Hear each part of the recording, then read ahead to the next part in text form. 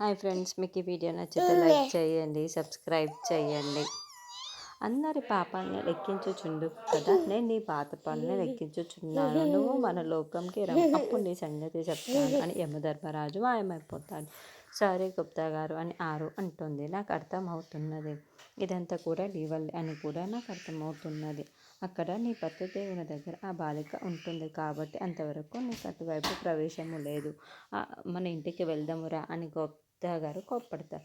తర్వాత మనోహరి అమర్ కాసేపట్లో ఇంటికి వచ్చేస్తాను. ఇప్పుడు అమర్ పనులన్నీ నేను దగ్గరుండి చూసుకోవాలి. త్వరగా అమర్ని నా వైపు తిప్పుకోవాలి. కానీ ఆ మిస్సమ్మ ఇప్పుడు అమర్ని అతుక్కొని ఉంటుంది కదా, అమర్ని నా వైపు తిప్పుకోవడం ఎలా? సరేలే, ఏదో ఒకటి చేసి అమర్ని నా వైపు తిప్పుకుంటాను. ఖచ్చితంగా ఈసారి చాలా గట్టిగా ప్లాన్ చేసి అమర్ని నా వైపు తిప్పుకుంటాను అని అమర్ని తిప్పుకుంటా మనోహర్ అక్కడ ఫ్రూట్స్ కూడా అన్నీ రెడీ చేస్తూ ఉంటుంది. గుప్తా గారు ఆరు ఇద్దరు కూడా గార్డెన్లో అమర్ వాళ్ళ కోసం ఎదురు చూస్తూ ఉంటారు. అప్పుడే కార్ రావడంతో ఆయన వచ్చేశారు అని ఆరు గంతులు వేస్తూ ఉంటుంది.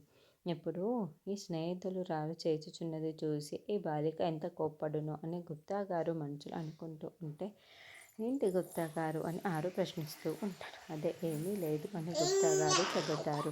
ఏం లేదులే సదాశివం, నిర్మల పిల్లలు అమర్ వాళ్ళు వచ్చేసారు, రండి త్వరగా అని పోపులు పెట్టడంతో గదంతా సదురుతున్న మనోహర్ అరే అమర్ వాళ్ళు వచ్చేసారా అంటూ పరుగులు పెడుతూ వస్తూ ఉంటుంది. అమర్ కారు దిగుతూ ఉంటే బాగా సహాయం చేస్తూ ఉంటుంది. అప్పుడే మనోహరి త్వరగా వచ్చేసి కారుని గుద్దుకొని అబ్బా అని అరుస్తూ ఉంటుంది.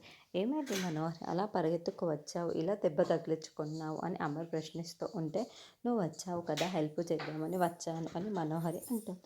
అవసరం లేని చోట వస్తే ఇలాగే అవుతుంది మనోహరి కారు, ఇక్కడ చూసుకోవడానికి నేను ఉన్నాను కదా, ఇంకా నయం, ఇంకా స్వీట్ వచ్చి ముందున్న 3 పనులు ఊడగొట్టుకోలేదు.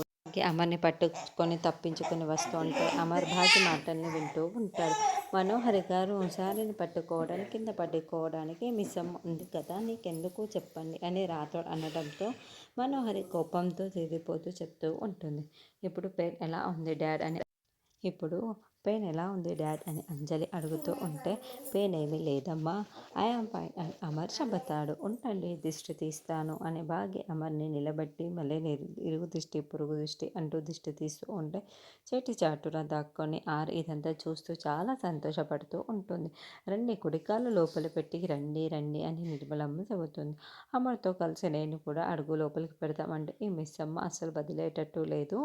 ఇప్పుడు ఏం చేయాలి అని మనోహరి ఆలోచిస్తూ ఉంటుంది. రండి అంటూ భాగ్య దగ్గరుండి మరి అమర్ని పట్టుకొని వస్తూ ఉంటే మనోహరి కావాలనే భాగ్య కాళ్ళని అడ్డుపెడుతూ ఉంటుంది. దాంతో భాగ్య అమర్ని కింద పడవస్తూ ఉంటుంది. వెంటనే మనోహరి కింద పడిపోతూ ఉన్న అమర్ని పట్టుకొని, ఏంటి మిస్ అమ్మ, కాస్త చూసుకోవాలి కదా, అసలే అమర్ హాస్పిటల్ నుండి ఇప్పుడు వస్తున్నాడు, ఏదైనా అయితే ఇంకేమైనా ఉందా అని మనోహరి అంటుంది. ఇప్పుడు నీకు దిష్టి రాలా, అవసరంలో రెస్ట్ తీసుకో, అమర్ని చూసుకోవడానికి నేను ఉన్నాను కదా, ఏంటమ్మా నువ్వు మాట్లాడవేంటి అని భాగ్య అడుగుతూ ఉంటుంది.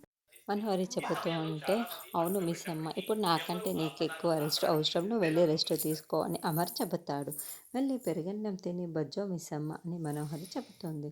అలా మనోహరి అమర్ని పట్టుకొని లోపలికి తీసుకొని వెళ్తూ ఉంటే బాగా బాధగా చూస్తూ ఉంటే ఆరు కోపంతో రగిలిపోతూ చూస్తూ ఉంటుంది.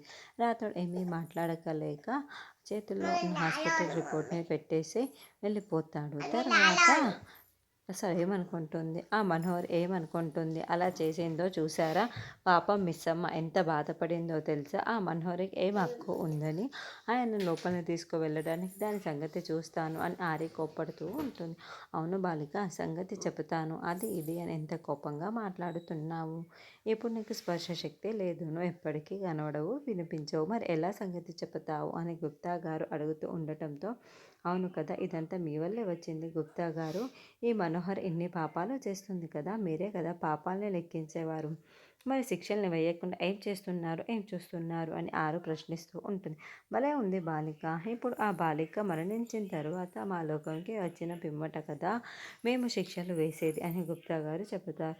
అవును, ఇన్ని పాపాలు చేసిన మనోహరికి ఏం శిక్ష వేశారు అని ఆరు ప్రశ్నించటంతో ఏమి ఉన్నది? కొరడా దెబ్బలు, సరసర కాగే నూగలో వేయించడం, విష సర్పాల చేత కాటు వేయించడాలు అని గుప్తా గారు లిస్ట్ చెబుతూ ఉంటే, అయ్యయ్యో ఇంత పెద్ద శిక్షలా, అయ్యో చచ్చిపోతుందేమో అని ఆరు అంటుంది. ఏమిటి బాలిక ఇంత విచిత్రంగా మాట్లాడుతున్నావు? మరిచించిన పిమ్మటే కదా మా లోకంకి వచ్చును అని గుప్తా గారు చెప్తారు. కానీ అంత పెద్ద శిక్షలు ఎందుకు, కొన్ని చిన్న వేయచ్చు అని ఆరు అంటుంది. నువ్వు ఇలా ఉండేవి కాబట్టి ఆ బాలిక అలా పేరెగుచున్నది అని గుప్తా గారు అంటారు. ఆ బాలిక చేసిన దానికి నీ సోదరి అక్కడ ఎంత బాధపడుతుందో అని గుప్తా గారు అనడంతో, పాపం మిస్సమ్మ అని ఆరు అనుకుంటూ ఉంటుంది. బాగి చాలా చాలా బాధపడుతూ సోఫాలో కూర్చొని ఆలోచిస్తూ ఉంటే, నిర్మలమ్మ కూడా కూర్చొని బాధపడుతూ, అసలు ఆ మనోహర్ ఏమనుకుంటుంది? నాకు వచ్చిన కోపానికి మనోహర్ని అక్కడనే నిల్చొని కడిగి పాడేయాలి అనిపిస్తుంది. సదాశివం కోపం మనోహర్ని చూస్తుంటే నాకైతే చాలా ఒళ్ళు మండిపోతుంది అని నిర్మలమ్మ అంటుంది. అసలు ఎప్పుడు మనం మాట్లాడాల్సిందే, తిట్టాల్సింది ఆ మనోహర్ని కాదు. ఇంత జరుగుతున్నా కూడా చూస్తూ ఏమీ మాట్లాడకుండా సైలెంట్గా నిల్చొని ఉన్నాడే నీ పుత్రరత్నాన్ని అనాలి. అసలు అమర్ని కాపాడింది మిస్సమ్మ. హాస్పిటల్లో దగ్గర నుండి కంటికి రెప్పలా చూసుకుంది మిస్సమ్మ. మిస్సమ్మ ఏదో చూసుకోకుండా ఇలా కింద పడేలా చేసింది. నీ పుత్రరత్నం గురించే చూసుకుంటూ ఉంటే ఇలా సరిపోతుందా అని సదాశివం